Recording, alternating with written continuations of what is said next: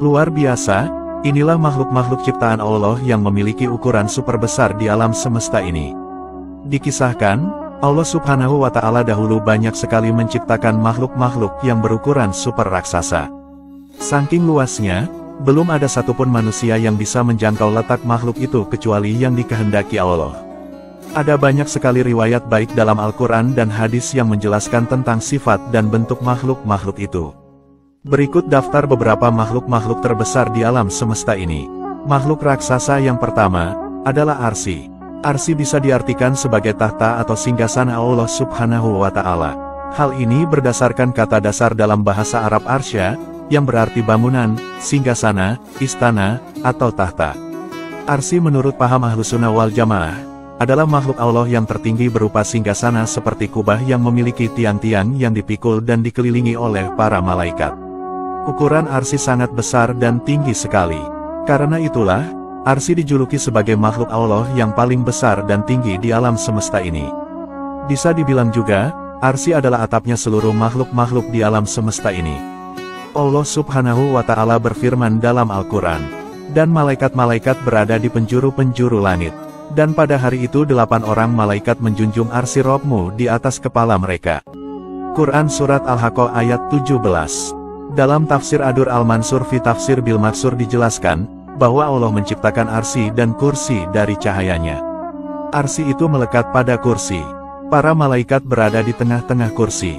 Di sekeliling Arsy itu terdapat 4 sungai, yaitu sungai yang berisikan cahaya berkilauan, sungai yang berisikan api menyala kemerahan, sungai yang berisikan salju putih berkilauan, dan sungai yang berisikan air. Di setiap sungai tersebut para malaikat berdiri sambil membaca tasbih. Arsy itu terbuat dari batu permata yakut merah. Satu malaikat di antara malaikat memandang Arsy dan keagungannya. Rasulullah bersabda, Allah menciptakan Arsy dari permata zamrud hijau dan diciptakan baginya tiang penopang dari batu permata yakut merah. Di Arsy terdapat 1000 bahasa, lisan. Di bumi diciptakan 1000 umat. Setiap umat bertasbih kepada Allah dengan bahasa Arsy. Makhluk raksasa yang kedua adalah Al-Kursi. Al-Kursi adalah makhluk besar yang letaknya berada di atas langit ketujuh, di atas kursi terdapat lautan air dan di atas air ada Arsy. Al-Kursi memiliki ukuran yang sangat luas dan besar sekali. Tapi bila dibandingkan dengan Arsy, maka ukuran Arsy jelas lebih besar daripada Al-Kursi.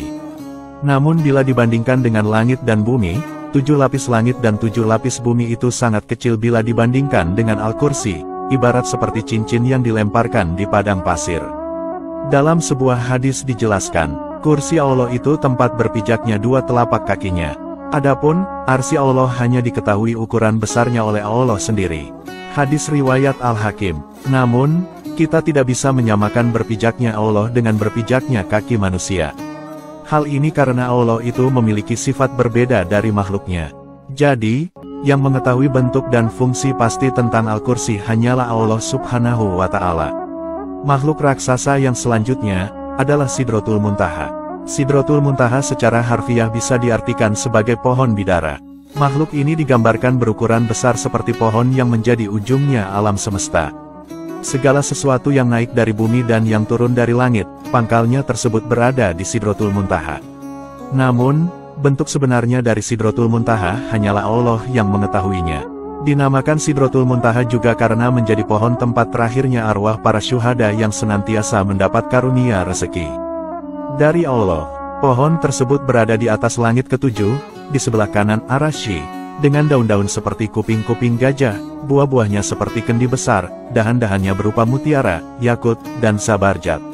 Setiap daunnya ditempati malaikat yang selalu berzikir pada Allah sehingga Sidratul Muntaha layak disebut sebagai puncak ketinggian yang diketahui makhluk.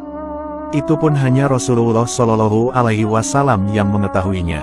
Sidratul Muntaha berada di atas puncak langit ketujuh dan ada yang menyebutkan ada di langit ketujuh. Di tempat ini jugalah dahulu Nabi Muhammad menerima perintah kewajiban sholat 5 waktu saat perjalanan Isra Miraj. Makhluk raksasa yang selanjutnya adalah surga dan neraka. Surga adalah tempat kehidupan abadi dan indah yang diperuntukkan kepada umat manusia yang beriman kepada Allah kelak ketika di akhirat. Sedangkan neraka adalah tempat tinggalnya orang-orang kafir dan ahli maksiat di akhirat kelak.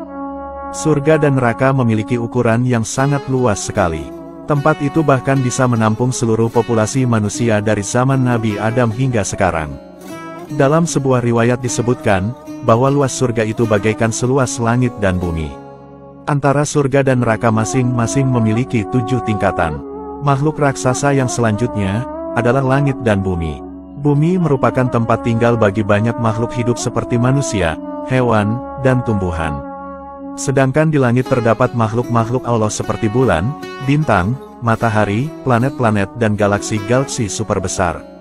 Namun perlu kalian ketahui, bahwa langit dan bumi itu sangatlah luas sekali. Setidaknya, terdapat 7 lapisan langit dan bumi. Allah Subhanahu wa Ta'ala berfirman, Allah yang menciptakan 7 langit dan dari penciptaan bumi juga serupa. Quran Surat At-Talaq ayat 12. Bumi yang kita tinggali saat ini, merupakan bumi terendah. Di atas sana masih ada bumi-bumi dan langit-langit lain yang belum diketahui manusia, kecuali orang-orang yang dikehendaki oleh Allah Subhanahu wa Ta'ala.